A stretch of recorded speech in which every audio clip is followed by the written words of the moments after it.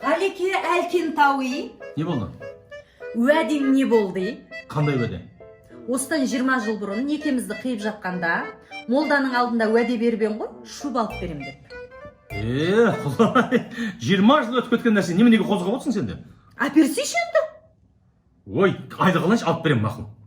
Қыс өтіп, жаз келетін болды ғой, шуб алып берем деп жүргенде. Ой, Құдай, бізде Шымкентте қыста жоқ қой соны киетін. Ыстықтап кетесің ғой белгіге. Алдын ашып кем, рассрочкаға болса да алып бересің. Мақұл алып берем болды. Бір вариант бар негізі. Қандай вариант? Наличка алатын. Қалай? Вакцина салдырамыз. Саған. Сөйтіп алуға болады.